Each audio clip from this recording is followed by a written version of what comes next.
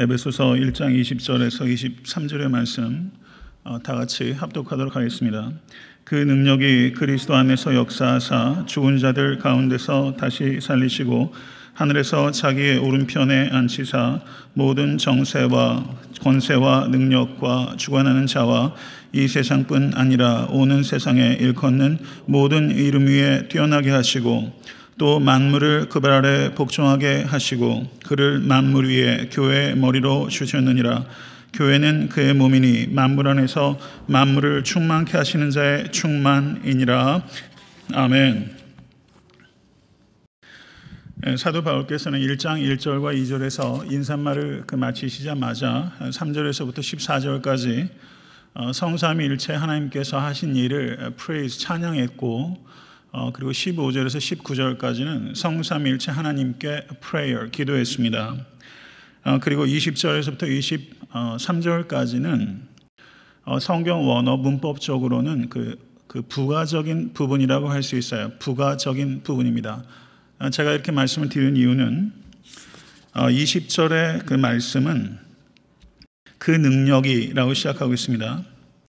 사실은 이것이 관계대명사 절입니다. 그래서 이 선행사가 19절에 나오는 능력입니다. 그러므로 20절에서부터 22절까지는 하나님의 지극히 크신 능력이 무엇인지를 설명하는 부가적인 부분이다라고 볼 수가 있고, 23절은 또 역시 관계대명사로 시작하고 있습니다. 그래서 23절의 선행사는 22절에 나오는 교회입니다. 그래서 23절은 교회를 설명하고 있는 부가적인 부분이다, 이렇게 볼 수 있는 것입니다. 그렇지만 문법적으로는 관계대명사 절이 두 차례에 걸쳐서 연결되면서 부가적인 부분이지만 신학적으로는 부가적인 중요성을 가지고 있는 것이 아니라 매우 핵심적인 중요성을 가지고 있는 말씀이 오늘 본문의 내용입니다. 하나님께서는 능력의 하나님이십니다. 믿으십니까? 하나님의 능력은 하나님의 창조 가운데 나타났고 인간의 역사 가운데 나타났고 그리고 성경 안에 나타나고 있습니다. 그리고 하나님의 능력이, 지극히 크신 하나님의 능력이 가장 분명하게 나타난 것은 우리 주 예수 그리스도 안에서 나타난 것입니다. 그래서 20절에 그 능력이 그리스도 안에서 역사하였다라고 말하고 있습니다.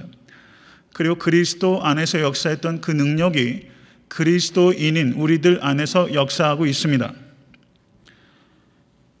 그리고 사도 바울께서는 그리스도 안에 나타난 하나님의 능력을 여러 가지로 설명하고 있는데, 무엇보다도 부활, 하나님께서 예수를 죽은 자들 가운데서 다시 일으키셨습니다. 그리고 하늘에서 자기의 오른편에 앉히사 승천하셨고 모든 정사와 권세와 능력과 주관하는 자와 이 세상뿐 아니라 오는 세상에 일컫는 모든 이름 위에 뛰어나게 하시고, 하나님께서 예수를 높이셔서 모든 것을 다스리도록 통치권을 가지고 계신 것입니다. 그리고 그를 만물 위에 교회의 머리로 주셨습니다. 이 모든 것들이 하나님의 능력을 통해서 이루어진 것입니다. 먼저 부활입니다. 하나님께서는 예수님을 죽은 자들 가운데서 일으키셨습니다. 이것을 믿으십니까? 부활을 믿지 않는 사람들은 부활에 대해서 의심하면서 예수님께서 실제 죽은 것이 아니라 사실은 잠시 혼절을 하였거나 실제는 죽지 않았지만 죽은 것 같이 보일 정도였다. 그런데 그러다가 다시 살아나신 것이다, 이렇게 말하는 사람이 있고, 어떤 사람은 예수님의 부활은 육체적인 부활을 가리키는 것이 아니라 예수님의 제자들의 마음속에서만 살아난 것이다 라고 이야기하는 사람들이 있습니다. 그러나 예수님께서는 실제 죽음 가운데서 일어나셨습니다. 부활은 자유주의 신학자들이나 그리고 세상 사람들이 이야기하는 것처럼 교회가 후대에 날조해낸 거짓말이 아니라 이것은 역사적 사실입니다. 교회가 부활을 날조한 것이 아니라 부활이 교회를 만들어내게 된 것입니다. 그렇기 때문에 부활은 사기가 아니라 실제 있었던 역사적 사건이고, 그것은 세상 사람들이 믿든 안 믿든, 혹은 이 자리에 계신 성도님들 가운데서도 부활을 안 믿는 분이 혹시 아직까지 계실 수 있다고 봅니다. 만약에 안 믿으면서 믿는다라고 이야기하지 마시기를 바랍니다. 그것은 오히려 영적 건강에 도움이 되지 못합니다. 아직까지 부활을 믿지 못하고 계시면 정직하게 이야기를 하시고 이 일을 위해서 기도하시고 또 주변 사람들의 기도가 필요한 줄로 믿습니다. 부활을 믿지 못한 이유가 무엇입니까?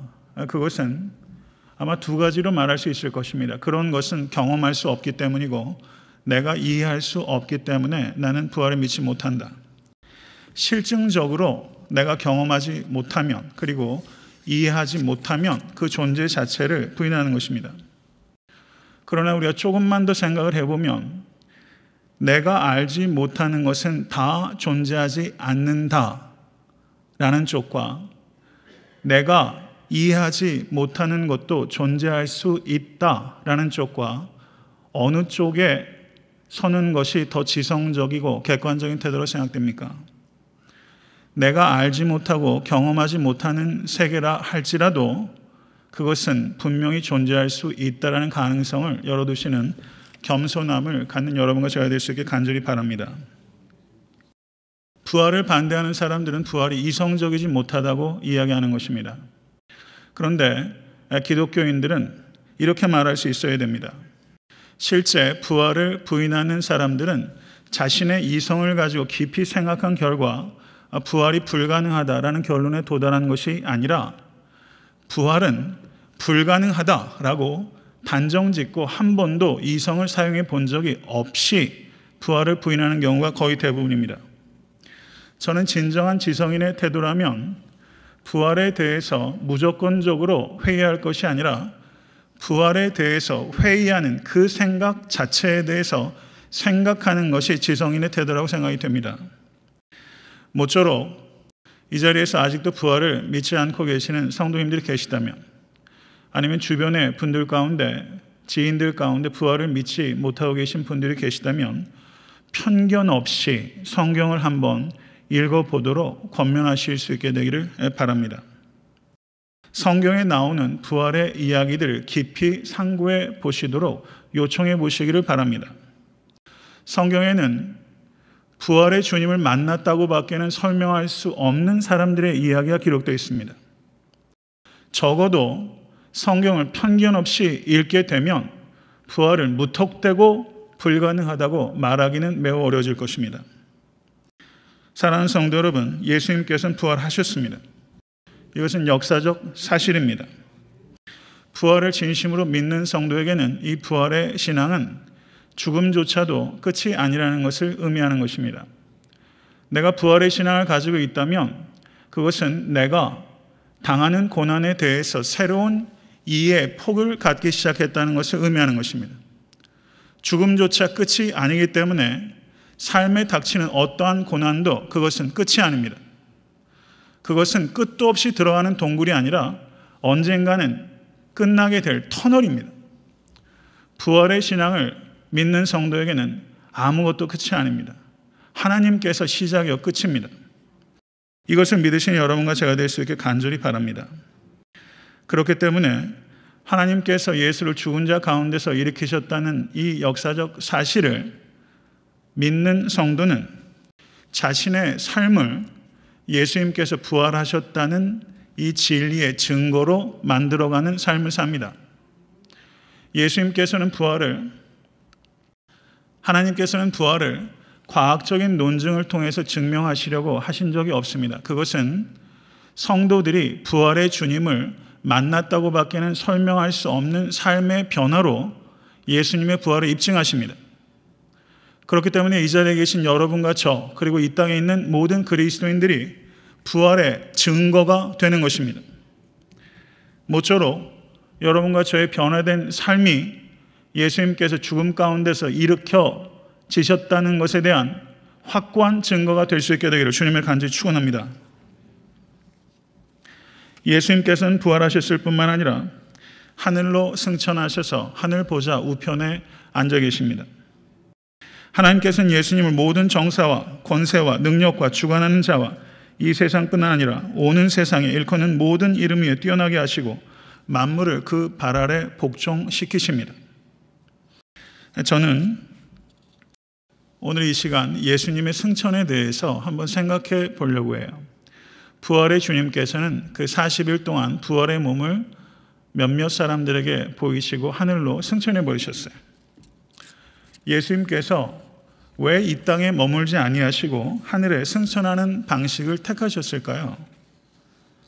만약에 부활의 주님께서 하늘로 올라가 버리지 아니하시고 이 땅에 계셨다면 우리가 부활에 대한 메시지를 증거하는 것은 훨씬 수월했을 거예요. 부활을 증거하면서 부활의 주님을 가리킬 수 있다면 얼마나 수월하겠어요. 그런데 예수님께서는 부활하시고 하늘로 승천해 버리셨어요. 왜 그와 같은 방식으로 택하셨을까? 그러면 부활의 주님은 승천하시고 이 땅에 무엇을 남겨놓으신 것일까? 예수님께서는 책 한 권 쓰신 적이 없어요. 복음서는 다 제자들이 쓴 것입니다.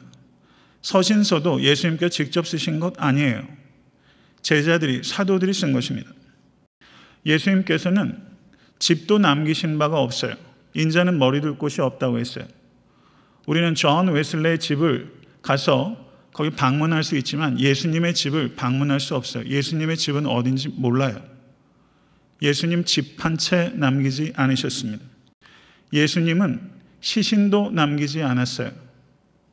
세상 종교 창시자들, 심지어 레닌도 그리고 김일성도 시신을 남기고 있죠. 그런데 예수님께서는 사람들이 순례할 수 있는 시신도 남기지 않았어요.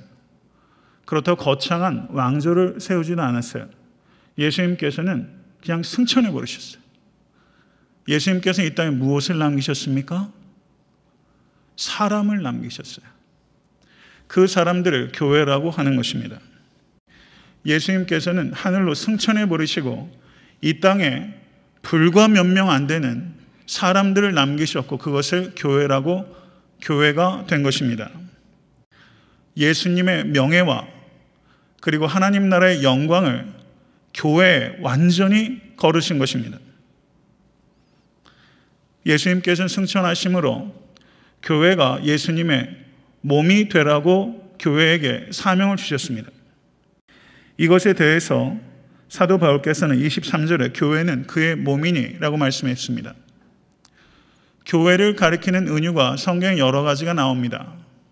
그런데 그 중에서도 가장 교회를 적절하게 나타내는 은유는 단연코 교회는 그리스도의 몸이라는 은유라고 할 수 있을 것입니다.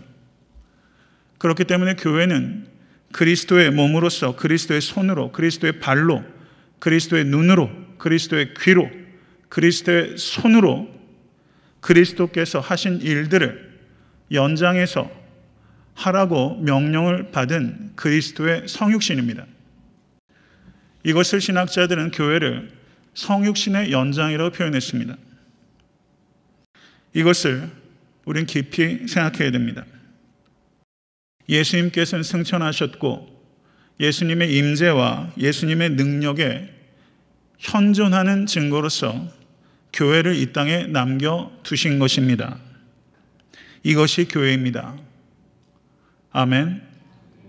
그런데 어때요? 교회가 예수님께서 예수님의 명예를 교회에다 완전히 올인을 하셨는데 여러분 교회가 예수님의 명예를 높이고 있습니까? 그 일을 잘 감당하고 있습니까? 어떻게 보세요? 현대 기독교는 이 일을 잘 감당하고 있습니까? 아니, 애타한테 섬기는 교회는 이 일을 잘 감당하고 있습니까? 우리는 교회에 대한 일반적인 질문으로 멈출 것이 아니라 우리 교회는 어떻게 하고 있는가 하는 문제로 전환을 할 때 이것이 우리가 실천적인 우리의 대안을 찾을 수 있게 되는 것입니다. 하나님께서는 예수님을 교회의 머리로 주셨습니다. 그리고 교회는 그리스도의 몸입니다. 이것은 교회에는 다른 머리가 존재할 수 없다는 것을 의미하는 것입니다. 교회의 머리는 목사도 아니고 어떠한 사람도 아니라 오직 예수 그리스도께서 교회의 머리이십니다. 여러분 어때요? 이 머리에서 명령하는 대로 몸이 다 반응을 해요. 그런데 머리와 상관없이 몸이 움직이게 되면 그것을 뭐라고 하죠? 발작한다고 그래요. 발작. 현대 교회에서 머리가 시키는 대로 움직이지 않고 제멋대로 움직이는 발작 증세가 현대 기독교 가운데 많이 있는 것입니다. 그래서 교회의 이 발작 증세를 보고서 많은 사람들이 교회를 떠나고 교회를 혐오합니다. 그래서 교회를 떠난 많은 사람들이 그리스도만 만나고 싶지 그리스도인들을 만나고 싶지 않다고 말하는 실정에 놓이게 된 것입니다. 그리스도는 만나고 싶은데 그리스도인들은 피하고 싶다고 말하는 사람들이 주변에 굉장히 많아요. 아마 이 자리에 계신 성도님들께서도 이 말의 의미를 경험적으로 잘 알고 계실 것이라고 생각이 됩니다. 퓰리처상을 수상했던 애니 딜라드라는 사람이 그리스도는 만나고 싶은데 그리스도인은 피하고 싶다라는 자신의 감정을 이렇게 표현했습니다. 예수여, 우리를 구하소서. 당신을 따른다는 사람들로부터. 여러분 이 말 어떻게 생각하세요? 그리스도를 그리스도인들로부터 분리하고 싶다는 뜻입니다. 그리스도인들이 그리스도께로 나아가는데 큰 장애가 되고 있다는 것을 가리키는 것입니다.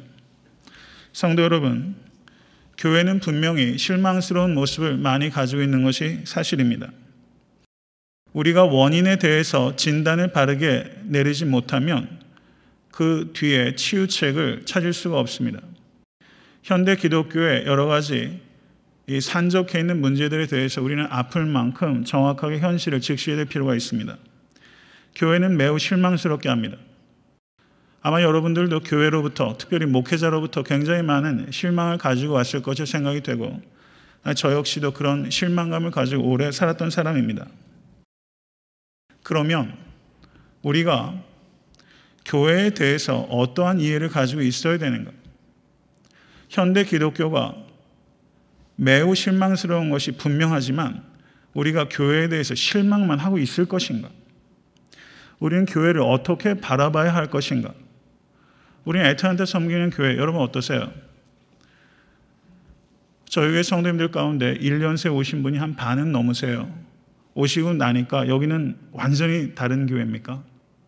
이전에 섬겼던 교회와 전적으로 달라요?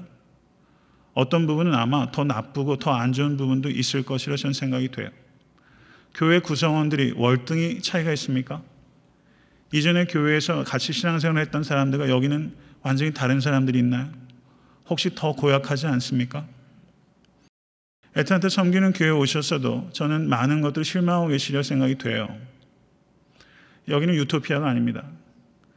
제가 지난주에 말씀드렸던 것처럼 제가 개척한 지 5년이 됐지만 저는 성경적인 교회의 모습과 애타한테 섬기는 교회의 모습과는 아직은 너무나 동떨어져 있어요. 전 그렇게 봅니다. 그러면 우리가 교회를 그리고 우리가 지금 섬기고 있는 애타한테 섬기는 교회를 어떻게 바라보아야 할 것인가? 그것은 하나님께서 교회를 바라보시는 그 눈으로 교회를 바라보고 하나님께서 애타한테 섬기는 교회를 바라보는 그 눈으로 우리의 교회를 바라봐야 하는 것입니다. 하나님께서는 교회 때문에 고통당하고 계십니다. 내가 교회 때문에 고통당하는 것보다 훨씬 많이 하나님께서는 고통당하고 계세요. 그렇지만 하나님께서는 이 교회를 너무나 사랑하십니다. 이것이 하나님께서 교회를 바라보시는 관점이에요. 하나님께서는 교회 때문에 너무 고통당하시면서 이 교회를 너무 사랑하세요. 저는 애타한테 섬기는 교회를 우리가 섬기면서 이 교회를 바라볼 때 고통과 사랑 이 두 가지를 우리들이 오가고 있다고 저는 생각이 듭니다. 성경적인 기준에 완전히 부합한 교회는 역사상 단 하나도 없었습니다.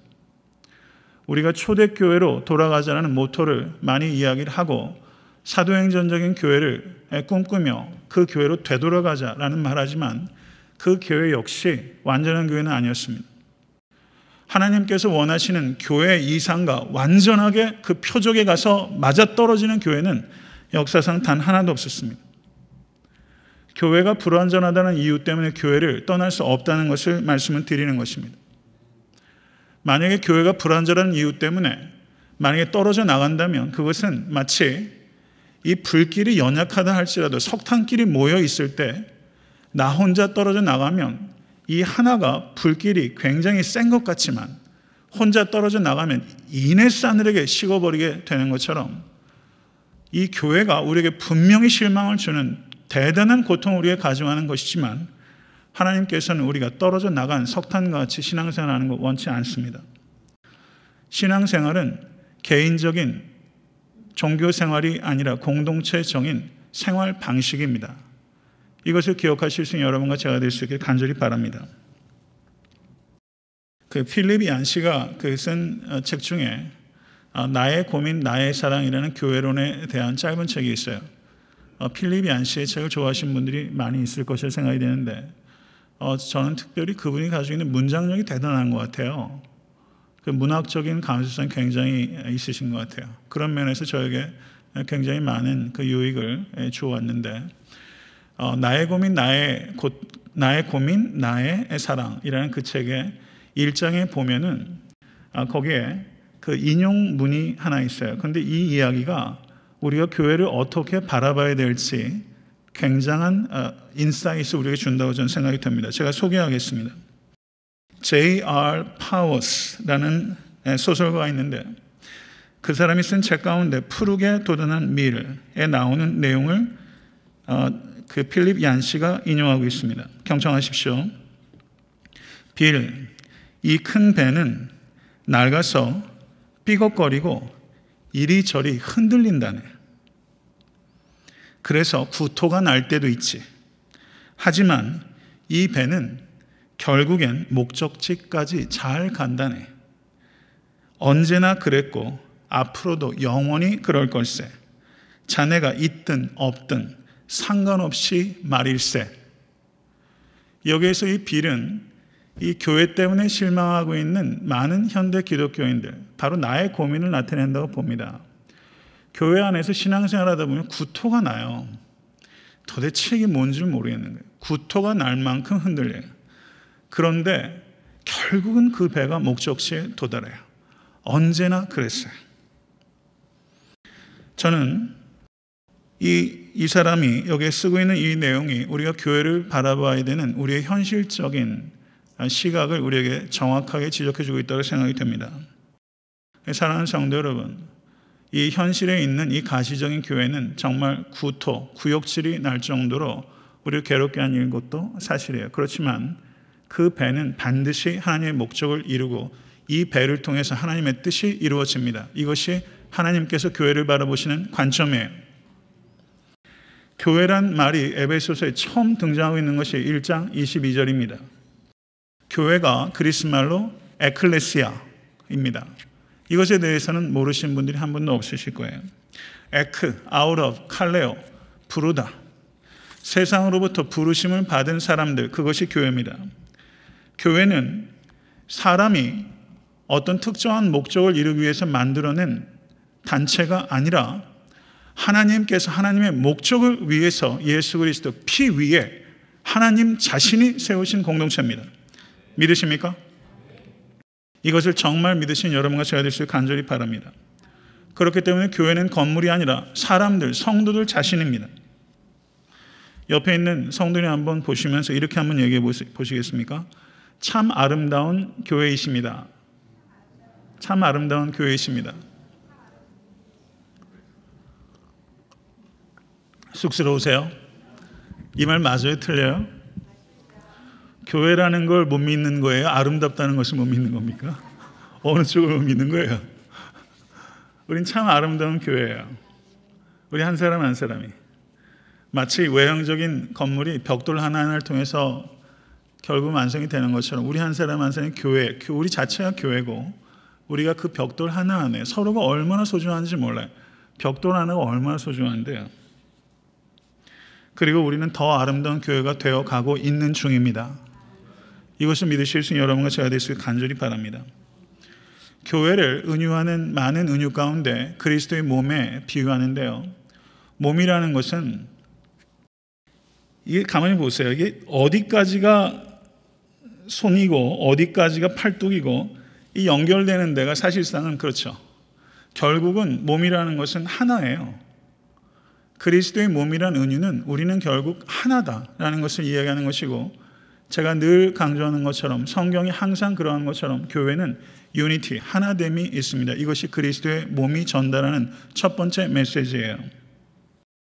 그래서 고린도전서 12장 3절에 우리가 유대인이나 헬라인이나 종이나 자유자나 다 한 성령으로 세례를 받아 한 몸이 되었고 또 한 성령을 마시게 하셨느니라. 이게 교회의 영광입니다. 유대인이나 헬라인이나 인종적 차별이 없고 종이나 자유자나 사회적 차별이 없는 공동체. 갈라디아서 3장 28절은 여기서 한 걸음 더 나갑니다. 유대인이나 헬라인이나 종이나 자주자나 남자나 여자 없이 다 그리스도 예수 안에서 하나이니라. 성적 차별까지도 없는 공동체. 그 시대상과는 전혀 동떨어진 하나님의 진리. 하나님께서 이 세상에 이런 사회도 있다는 것을 하나님께서 자랑스럽게 내놓은 그 사회. 이 세상 어느 곳에서도 차별이 없는 공동체가 없어요. 아무리 민주주의가 발달이 돼도 어떻습니까? 현대사회에 얼마나 많은 차별이 있는지 몰라요. 차별이 없는 대한사회로서 하나님께서 교회를 세상의 회심의 역작으로 하나님께서 내놓으셨어요. 이게 에클레시아입니다.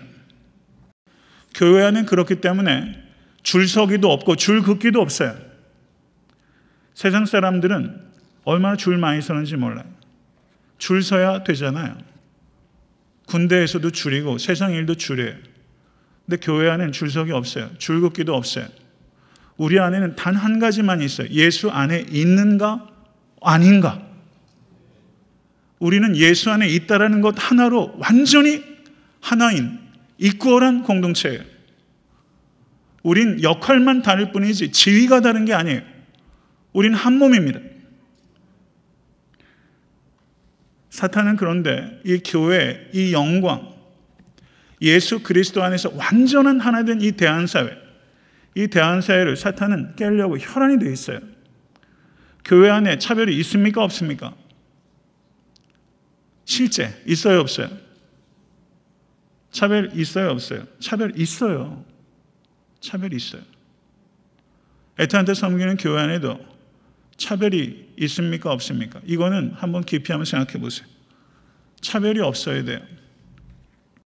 세상에서 있던 것 그대로 교회 안에 다 들어와서 사람 줄 세우고 그 사람의 소유나 지위나 배경이나 교양이나 아니면 여러 가지 세상적인 것들, 그 배설물 같이 사도 바울께서 여겼던 그 배설물들이 교회에서 얼마나 파는치는지 몰라요.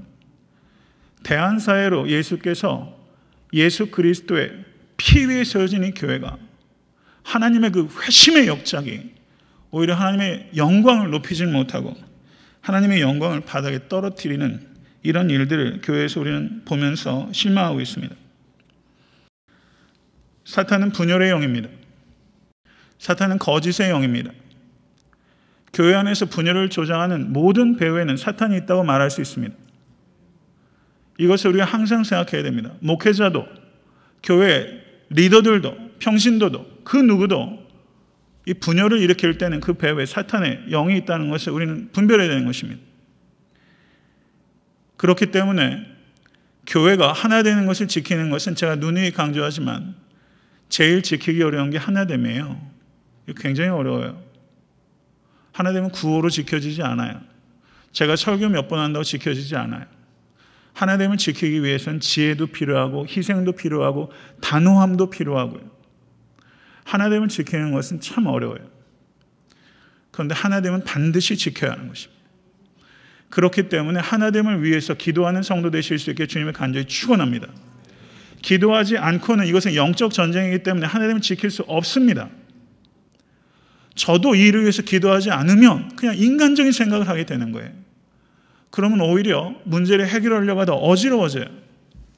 하나됨을 위해서 예수께서 기도하셨습니다.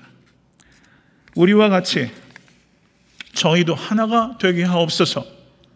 이것이 예수님의 기도예요. 저는 애타한테 섬기는 교회가 성부, 성자, 성령께서 하나이신 그 연합을 반영하는 공동체가 될 수 있게 되길 주님을 간절히 축원합니다.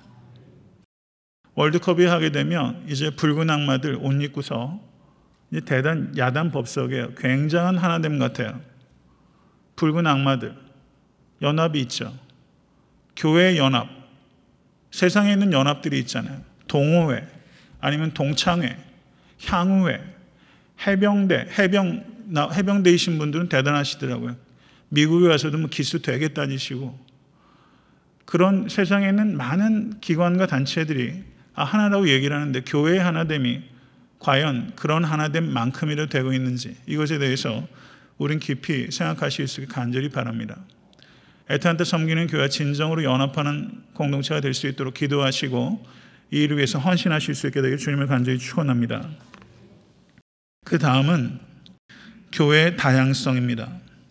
교회는 그리스도의 몸이기 때문에 다양성이 있는 것입니다. 눈도 있고 귀도 있고 손도 있고 발도 있습니다. 헨리 나우엔 잘 아시죠? 그분이 이런 말을 했어요. 공동체에는 가장 함께 있기 싫은 사람이 반드시 있습니다. 이렇게 말했어요. 공동체에는 가장 함께 있기 싫은 사람이 반드시 있어요. 좀 더 직설적으로 말하면 꼴도 보기 싫은 사람이 반드시 교회에 있어요. 그렇지 않습니까? 질문을 바꿔보겠습니다. 만약에 나하고 너무 달라서 그렇게 힘들다면 애타한테 섬기는 교회에 나랑 똑같은 사람만 있다면 신앙생활하는 게 편안하시겠어요? 나하고 이질적인 게 그렇게 고통스럽다면, 나하고 동질적인 사람만 있으면 이 교회는 이상적일까요? 나하고 똑같은 사람만 있으면 그것은 천국이 아니라 지옥입니다. 그것은 눈만 있는 몸 혹은 귀만 있는 몸과 같은 것입니다.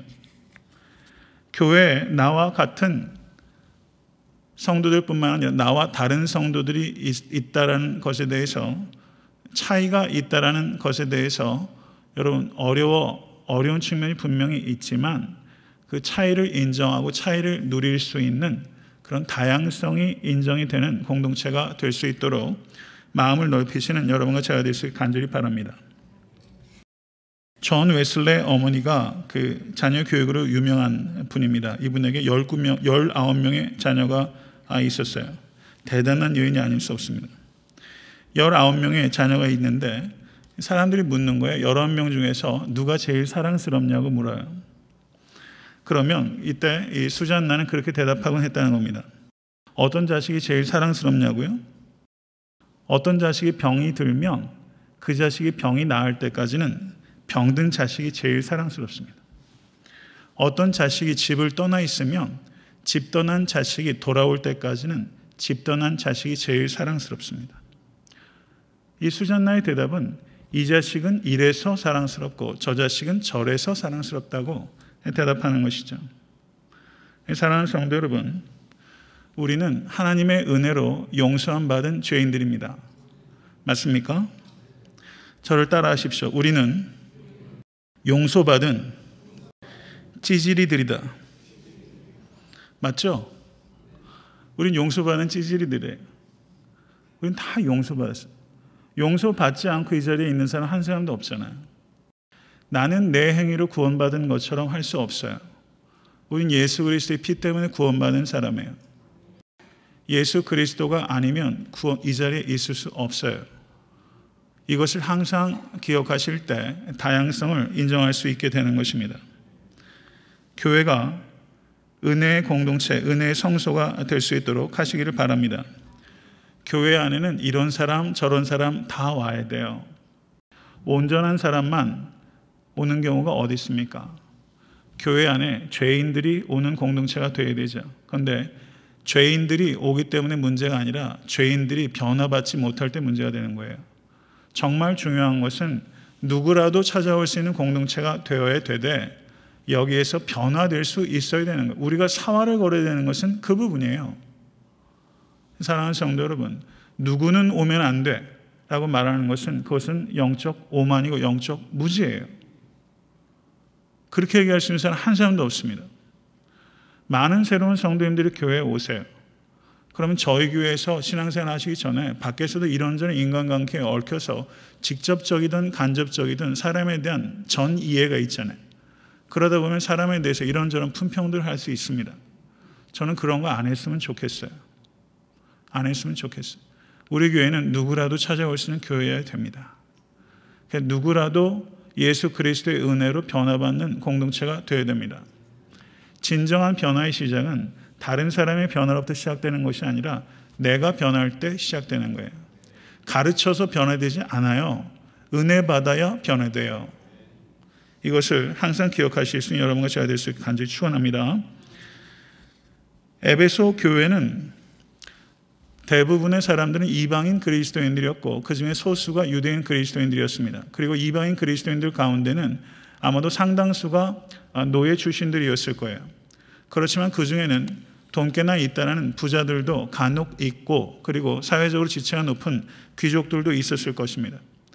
그리고 과거나 지금이나 영적으로 이렇게 overly spiritualized 되는 성향이 강한 사람들은 주로 남자보다 여자가 더 영적이에요. 그런 경향성들이 많아요. 아마 그래서 꽤나 영적인 여인들이 아마 이 교회에 있었을 것이다. 이렇게 보여져요. 그리고 유대교 외에서 컨버트한 개종한 유대인들도 있었을 것이고 간혹 가다는 바리새인들도 있었을 거예요. 전직 바리새인들. 이것이 교회예요. 이것이 교회의 다양성입니다. 필립 얀시의 조금 전에 말씀드렸던 나의 고민, 나의 사랑이라는 책에 이런 이야기가 거기 적혀 있었어요. 자기가 어렸을 때 다녔던 교회를 회상하면서 필립 얀시가 이렇게 말합니다. 내가 어렸을 때 다녔던 교회는 늘 뒤에서 잠들어 누워있던 술주정뱅이가 있었고 햇볕 좋은 날이면 어김없이 깜빡깜빡 졸던 아줌마도 있었고 이런 분은 지금 우리 교회도 많이 계십니다. 값비싼 밍크털로 곱게 차려입은 얌전하고 교양 있는 부자 할머니도 있었고 밍크털 대신에 언제나 수북히 빠져나온 코털이 듬성듬성한 아저씨도 있었습니다. 이렇게 필립 얀시가 얘기하고 있어요. 재밌죠? 교회는 이런 사람 저런 사람 다 있는 거예요. 교회는요. 제가 뉴욕에서 청년을 가르치는데 그중에서 재즈 하는 자매가 있었어요.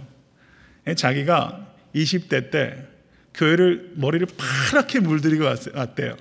사람들이 경악을 했죠. 그런데 저기 보니까 머리를 노랗게 물들이고 있던 녀석이 있더랍니다.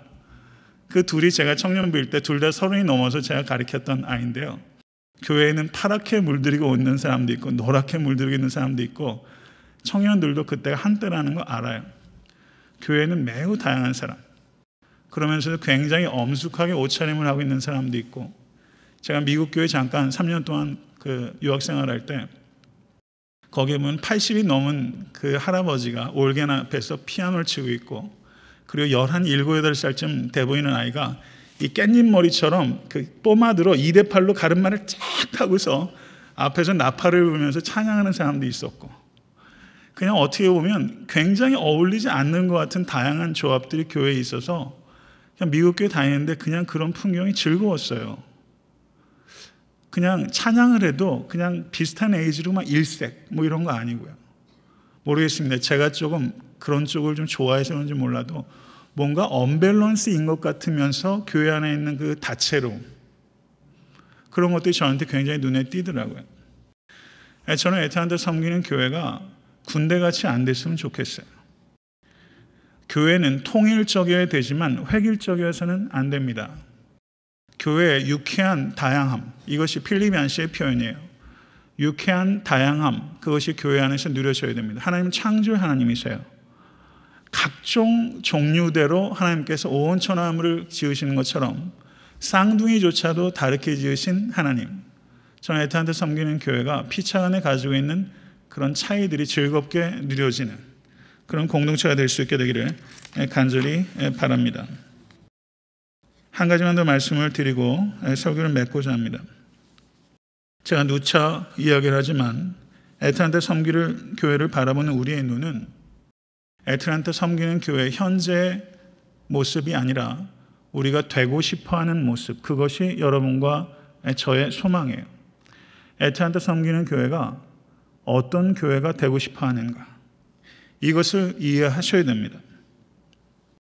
걸음마를 배우기 위해서는 영락 없이 엉덩방아를 쪄야지만 걷게 되는 것처럼 애타한테 섬기는 교회가 하나님의 영광을 드러내는 교회가 되기 위해서는 영락 없이 엉덩방아를 찢는 과정을 피할 수 없어요. 지금 우리는 엉덩방아를 찢고 있어요. 목사로서 제 자신이 엉덩방아를 찌면서 목사가 되어가고 있습니다.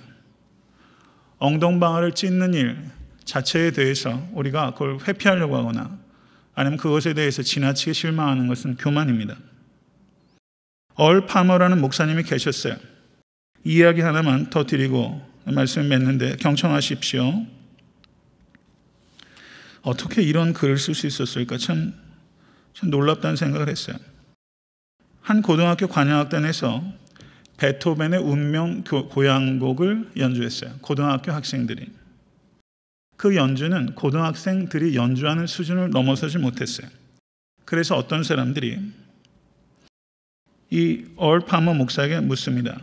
왜 굳이 고등학생 철부지들에게 운명 고향곡이라는 그 대곡을 연주시킵니까? 라고 물었어요. 그랬더니 이 목사님이 뭐라고 대답했냐면 이 객석에 앉아있는 회중들 가운데서는 베토벤의 그 위대한 운명 교향곡을 이 아이들의 부족한 연주를 통하지 않고서는 접할 수 없는 사람들이 있기 때문입니다. 이렇게 대답했어요. 교회는 마치 고등학생들로 이루어진 관현악단과 같아요. 교회는 하나님의 영광을 연주하는 공동체예요. 그런데 교회 보고 마치 어린아이들에게 왜 이렇게 서툰 아이들에게 운명 교향곡을 연주하도록 하냐고 하는 것처럼. 그런데 그것이 하나님의 계획이셨어요. 그 서툰 아이들의 연주가 아니고서는 그 교향곡을 들을 수 없는 사람이 있는 것처럼 하나님께서는 이 교회가 아니고서는 하나님의 영광의 그 관현악을 들을 수 있는 길이 없기 때문에 하나님께서는 서툰 연주자들과 같은 우리들을 부르셔서 하나님의 영광을 연주하도록 시키는 것입니다. 때때로 이 교회가 구토가 날 만큼 우리를 고통스럽게 하지만 결국은 목적지에 갈 수 있는 배도 교회밖에 없어요. 이것에 대해서 우리는 책임감을 가지고 우린 가야 돼요. 구토가 나더라도 견뎌야 됩니다. 그리고 하나님께서 이 교회를 얼마나 사랑하시는지 우리가 깨닫고 여러분 쉽게 하소연할 수 없어요. 제가 말씀드리는 것은 이 애틀랜타 섬기는 교회 이걸 얘기하는 게 아니에요. 이 땅에 세우신 이 하나님의 교회. 저는 우리 애틀랜타 섬기는 교회 성도들이 이 애틀랜타 섬기는 교회는 이 개교의 틀에 묶여가지고 여러분 신앙생활 안 하실 수 있으면 좋겠어요. 이건 가시적인 교회예요. 이 비가시적인 교회, 이 우주적인 교회. 애틀랜타에 있는 수많은 교회가 속해 회원으로 그 교회 성도로 있는 우주적인 교회. 역사상에 있었던 모든 성도들이 속해 있는 그 교회. 여러분 그 교회에 속하실 수 있게 간절히 바랍니다. 애틀랜타 섬기는 교회 등록 교인이어도 성도 여러분 구원 못 받을 수 있어요. 그러나 비가신적인 교회, 그 우주적인 교회, 그 교회의 성도는 다 구원받아요. 우리 교회가 사명을 다해야 되는 것은 우리 교회 등록 교인들이 다 그 비가시적인 진짜 교회, 그 교회의 성도가 되도록 가르치는 것이고, 그리고 그렇게 되기 위해서 가끔 종종 구토가 날 만큼 고통스러운 일이 교회에 있다 할지라도 교회를 위해서 중보하고 하나 되기 위해서 힘쓰고 그리고 다채로운 교회 그 바이탈리티 생명을 잃지 않기 위해서 그 헌신함으로 애틀랜타 섬기는 교회가 모쪼록 서툴지만 하나님의 영광을 연주할 수 있는 그런 관현악단이 될 수 있길 간절히 바라요. 성도 여러분, 다른 사람 연주가 너무 형편없다고 하지 마시고 내가 어떤 연주를 여기에 더할 것인가에 집중하세요. 교회는 그래야 삽니다. 내가 어떤 연주를 애틀랜타 섬기는 교회에 더할 것인가. 이것을 염두에 두시고 교회를 사랑하십시오. 교회는 아무리 흠결이 많아도 그리스도의 몸입니다. 기도하시겠습니다. 하나님께서는 영광 받으시기 합당하신 하늘에 계신 하나님이십니다. 하나님의 능력은 지극히 커서 지극히 작은 우리들이 헤아릴 수 없지만 하나님께서 그 지극히 크신 능력이 우리 주 예수 그리스도 안에 나타났으며 그 능력으로 예수를 죽은 자 가운데서 일으키셨고 하늘 보좌 우편에 앉으셔서 온 천하 만물이 예수의 발 아래 굴복하여 통일되게 될 것을 믿습니다. 이 모든 것들이 하나님의 능력으로 이루어지는 것임을 저희들이 고백합니다. 또한 하나님의 그 능력으로 예수를 교회의 머리로 우리에게 주셔서 아버지 하나님, 때때로 우리가 머리 노릇하는 큰 죄악 가운데 빠질 때가 있지만 아버지 하나님, 우리 애타한테 섬기는 교회의 머리는 오직 그리스도이십니다. 아버지 하나님, 머리가 하라는 대로 하는 교회가 될 수 있도록 주여 인도하여 주시고 교회가 참으로 구역질이 날 만큼 안타까운 일들이 너무나 많지만 그럼에도 불구하고 교회를 사랑하는 것을 멈추지 않도록 주여 인도하여 주시고 아버지, 교회를 떠나서 나 홀로 광야에 가서 돛 닦는 종교가 아니라는 것을 깨달을 수 있도록 인도하여 주셔서 서로 다른 사람과 이질적인 사람과 신앙생활하는 것 제일 어려운 일이지만 여기서 지지고 볶으면서 아버지 하나님, 힘들고 어려울 때라도 서로 의지하며 사랑의 수고를 마다하지 않도록 주여 인도하여 주셔서 우리 한 사람 한 사람이 관현악단의 단원이 될 수 있도록 인도하여 주셔서 연주를 멈추지 않도록 하나님 도와주시고 어설픈 연주라도 해낼 수 있도록 하나님 도와주셔서 하나님의 그 아버지 위대한 하나님의 그 영광의 관현악이 애타한테 섬기는 교회를 통하여 그리고 이 땅에 있는 하나님의 교회를 통하여 울려 퍼질 수 있도록 주여 인도하여 주시옵소서. 아버지, 개교회주의에 빠져서 얼마나 이기적이고 우리 교회만 생각할 때가 많은지 하나님 회개할 수 있도록 주여 인도하여 주시고 바라옵기는 애타한테 섬기는 교회가 지역에 있는 많은 교회와 목회자들을 섬기고 또 열방에 있는 타민족의 그 교회와 목회자들을 섬길 수 있는 교회가 될 수 있도록 하나님 아버지, 앞서가지도 않고 또 너무 게으르지도 않도록 주여 인도하여 주셔서 하나님께서 하라시는 사명 잘 감당하는 교회가 될 수 있도록 주여 역사해 주시옵소서. 우리 주 예수 그리스도 이름으로 간절히 기도드려 싸움나이다. 아멘.